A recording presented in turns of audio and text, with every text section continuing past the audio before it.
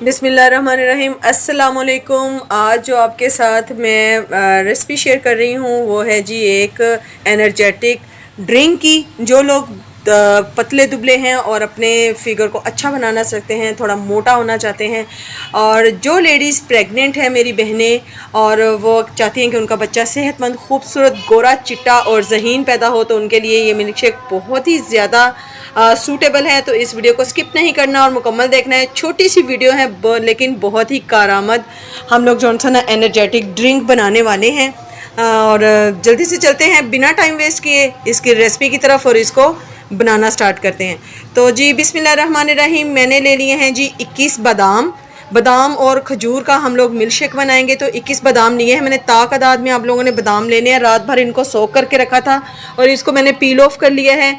7 से 8 खजूरें मैंने ली हैं, उनको मैंने अच्छे तरीके से पानी से वॉश करके दूध में सोक करके फ्रिज में रखा था। इससे जो खजूर है ना वो बहुत ही ज़्यादा नरम हो जाती है, सॉफ्ट हो जाती है और मिल्क शेक आपका बहुत ही अच्छा ब्लेंड होता है। इसमें बिल्कुल भी ज़रे नहीं रहते खजूर के।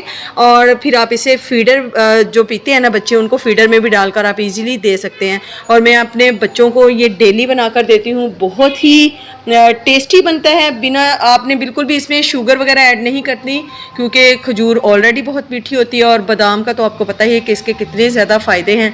तो इसको भी मैंने रात भर सोक किया है ओवरनाइट, और खजूर को भी मैंने ओवरनाइट जो है ना वो सोक करके रखा है। इसकी गुठलियाँ निकाल दी हैं। गुठलियों समेत आप लोगों ने नहीं सोक करनी है। गुठली अच्छी तरीके से धोने के बाद गुठली निकाल ली है।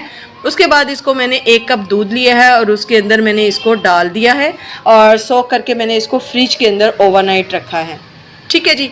अब जी हम ले लेंगे एक जूसर और उसमें मैंने खजूर वाला दूध डाल दिया है और 2 मग जो है ना इसमें फ़्रेश मिल्क के यूज़ करूँगी।